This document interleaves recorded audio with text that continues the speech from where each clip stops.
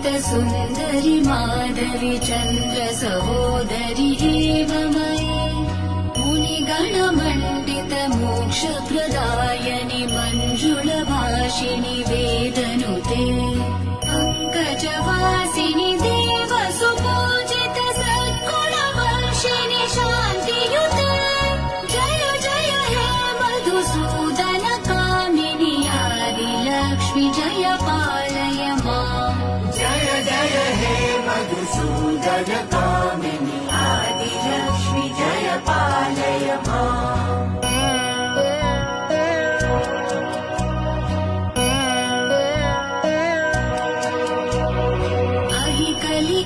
कलिकल्मषनाशिनि कामिनि वैदिकरूपिणि वेदमये क्षीरसमुद्भव मङ्गलरूपिणि मन्त्रनिवासिनि मन्त्रनुते।